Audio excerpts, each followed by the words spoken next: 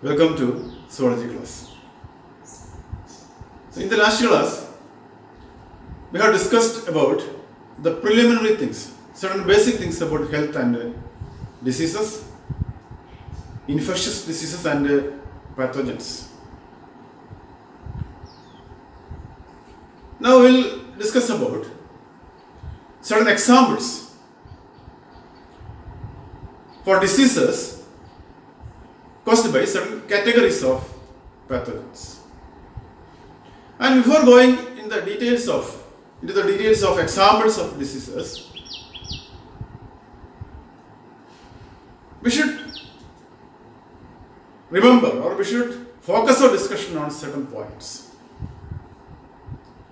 That is, name of the disease, category and name of the pathogen that causes the disease, site of the body where the pathogen infects, symptoms produced by our body due to the infection, and the mode of transmission of the disease from one person to another person, and how the transmission can be prevented. So we will be going through these points while discussing the examples for diseases caused by different categories of pathogens. So first let us discuss about an example for bacterial diseases. The most common example for bacterial disease is typhoid. So typhoid is a very common disease transmitted in the general public,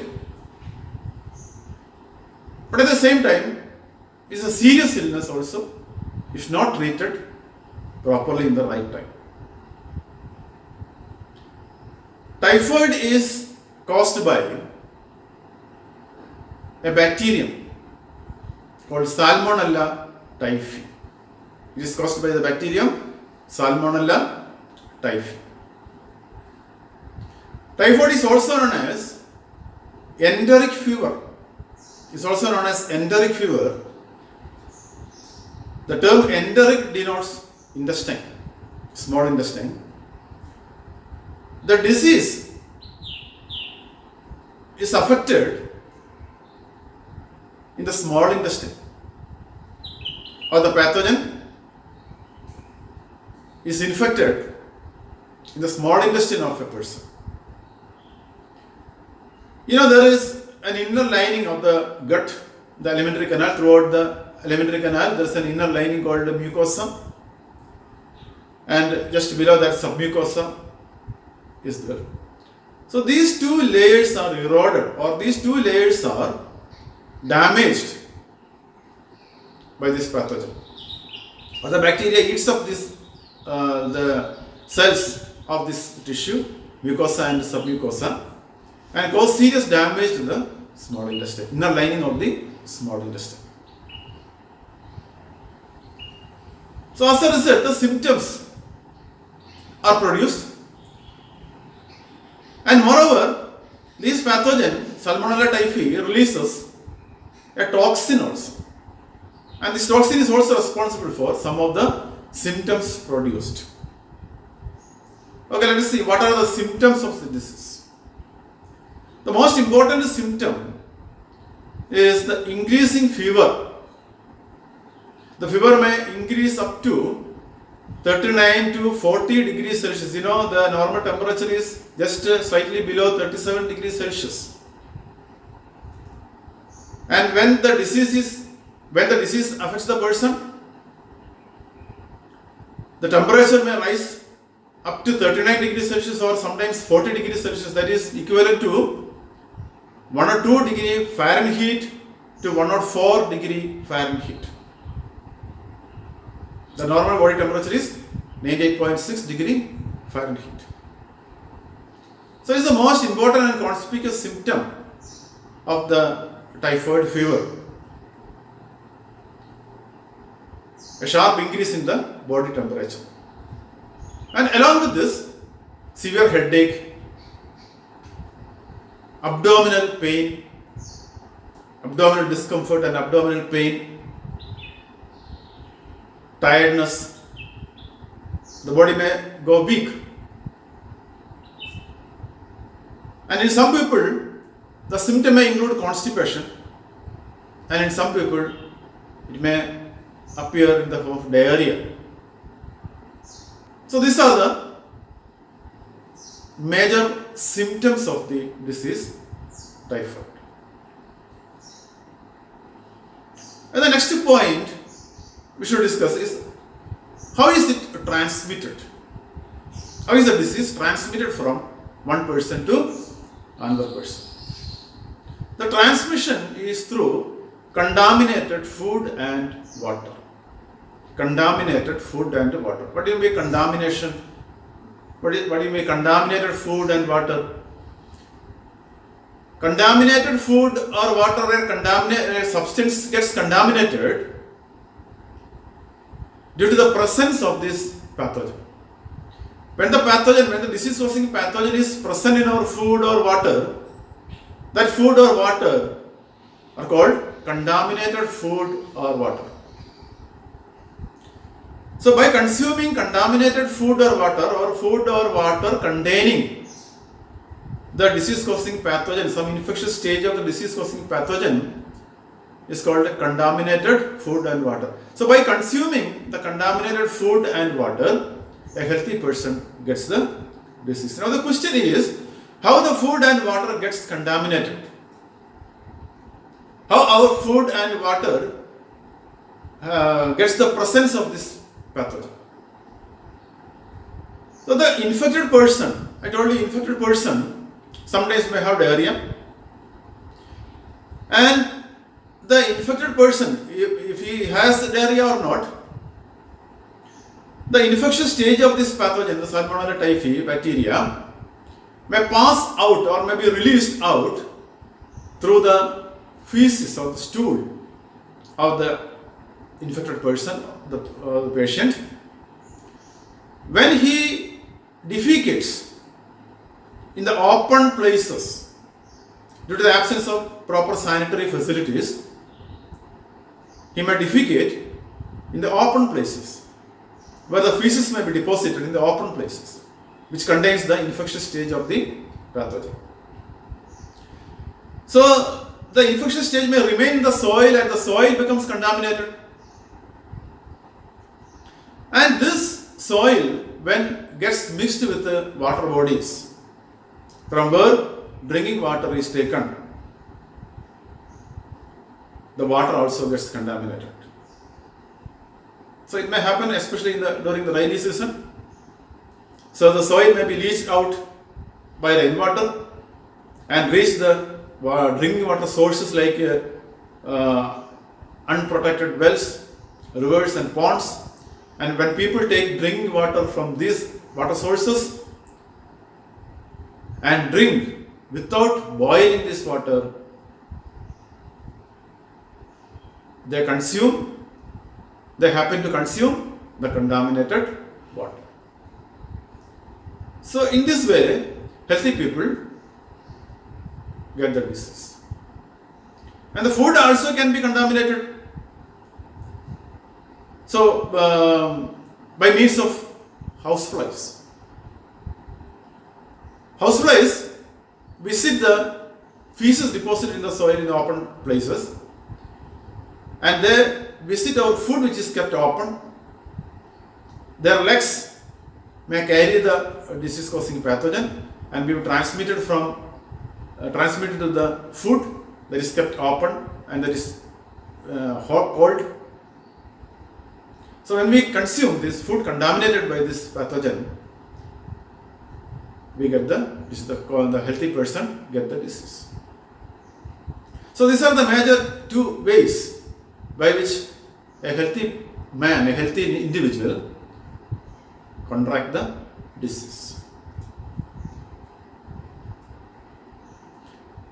So now we should discuss about how to prevent the transmission from one person to another person. As we know, the ways of transmission,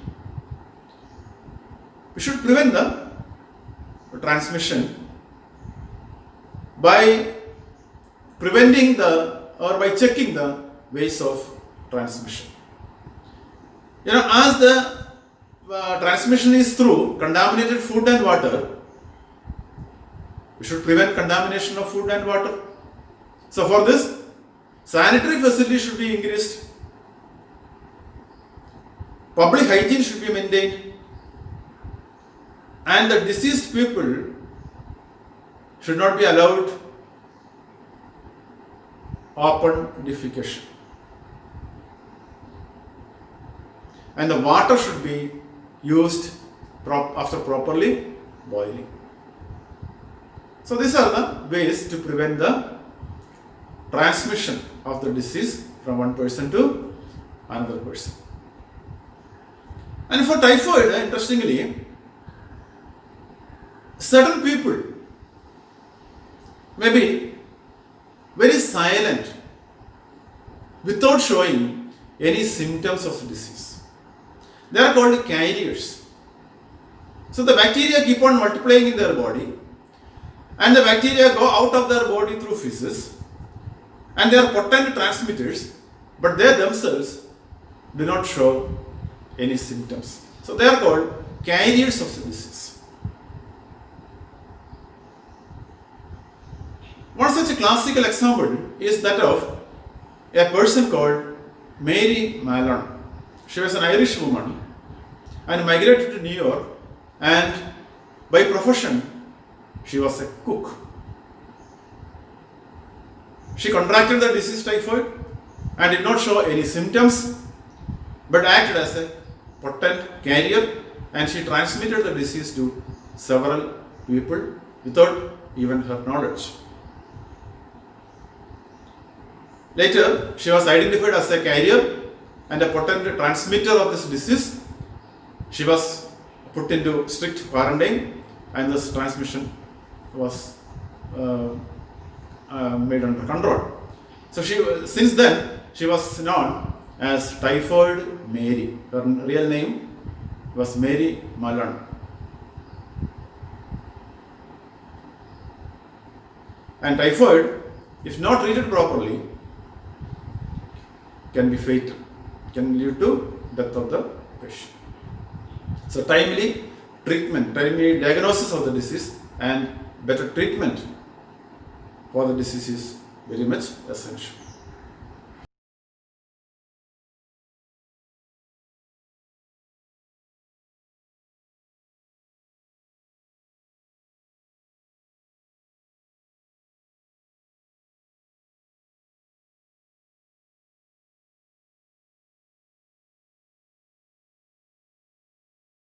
Now let us go to the second example for a bacterial disease, that is pneumonia.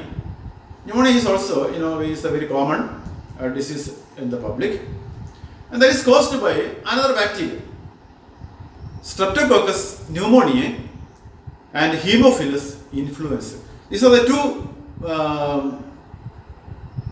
categories of bacteria that cause pneumonia in human. These bacteria enter into our respiratory system, respiratory tracts, and reach the alveoli of lungs. And in the alveoli, they damage the alveoli, causing the alveoli to get filled with the fluid. So alveoli get filled with the fluid, resulting in decreasing the actual respiratory space in the lungs. So alveoli should contain air, and gas exchange takes place in the alveoli. So when alveoli gets filled with the fluid as a result of infection by Streptococcus pneumoniae or Haemophilus influenzae, they cannot get filled with air, and gas exchange may be prevented. So this leads to severe breathing problem. So what are the symptoms of this? As I told you, breathing problem occurs. Chest pain may be resulted. Fever, headache, general tiredness, cough. These are the symptoms of the pneumonia. Now, pneumonia is transmitted from one person to another person through air. It's an airborne disease. When a patient sneezes or coughs, droplets from his mouth or in the respiratory from the nasal passage, etc., are released into the air. They are called aerosols. So these aerosols contain the infectious stage of this bacteria. And these aerosols remain in the air for some time. And when other people happen to inhale the air containing these aerosols, they get the disease. They contract the disease. Okay. So there is airborne disease. And this is one method. Another method is personal contact. By personal contact also, the disease can be transmitted. Like sharing the handkerchiefs, sharing the utensils or vessels used by the patient, sharing the clothes. Okay. So the best method, the best way to prevent the transmission from one person to another person is to put the patient in quarantine. Put the patient in quarantine. Isolate the patient. Let him stay in a separate room. And preferably let him allow wear masks. And the people who take care of him also should wear masks. As far as possible, avoid personal contact. Okay. So these are the ways of preventing the transmission from one person to another person. Okay, pneumonia, as it is a bacterial disease, can be treated out. Antibiotic treatments are there, but should be treated early. Otherwise, it can also be fed. The disease can also be fed.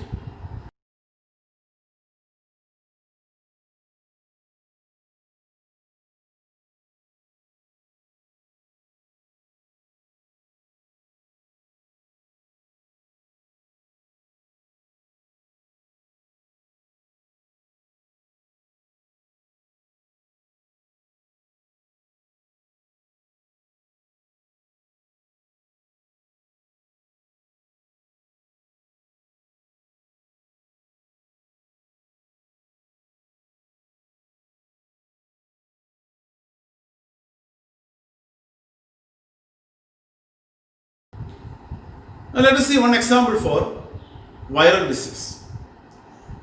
Viruses cause so many diseases in human, we know that. One such common disease caused by virus is common cold. Common cold. Common cold is caused by a group of viruses called rhinoviruses. Rhinoviruses. So they infect the upper respiratory tract of our body. Upper respiratory tract means the nasal passage,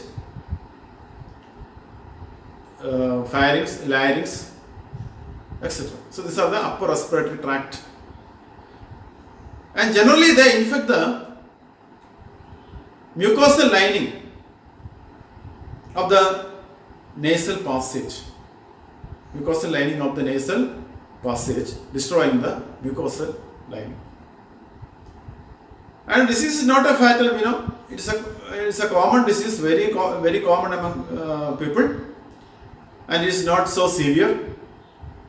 It gets cured by itself, even if it is not treated also by itself, by our own immunity. It will get cured within 4 or 5 days. The symptoms are slight fever, headache,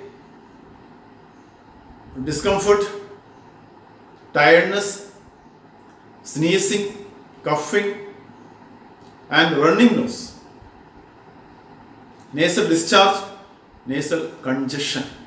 So these are the symptoms of the common cold. So this is also an airborne disease transmitted from one person to another person by inhaling the aerosol. Aerosols are produced, aerosols are released into the air when the person with a cold coughs or sneezes. So droplets of mucus and saliva may be released into the air which contain the virus. And when these aerosols, droplets, are inhaled by a healthy person, he contracts the disease. And another potent method of transmission is personal contact. As I told you, as in the case of pneumonia, here also the personal contact is a potent method of transmission.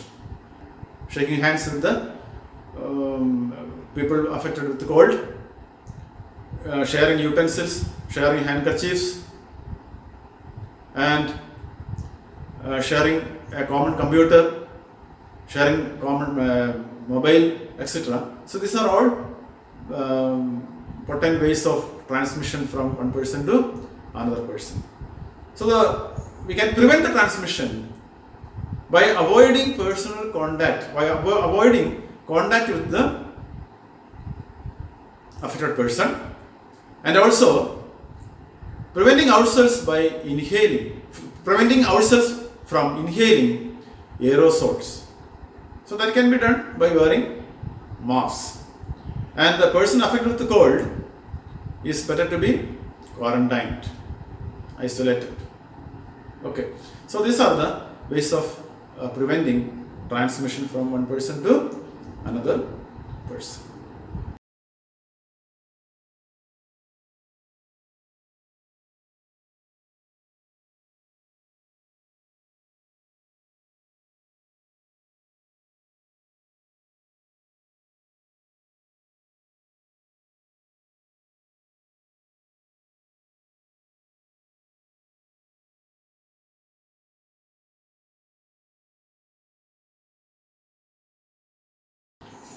When we talk about viral diseases, we should necessarily discuss about the viral disease presently has changed the life in the entire world. That is COVID-19. So, COVID-19 is caused by the coronavirus, and the name of the virus is SARS-CoV-2. It's an RNA virus.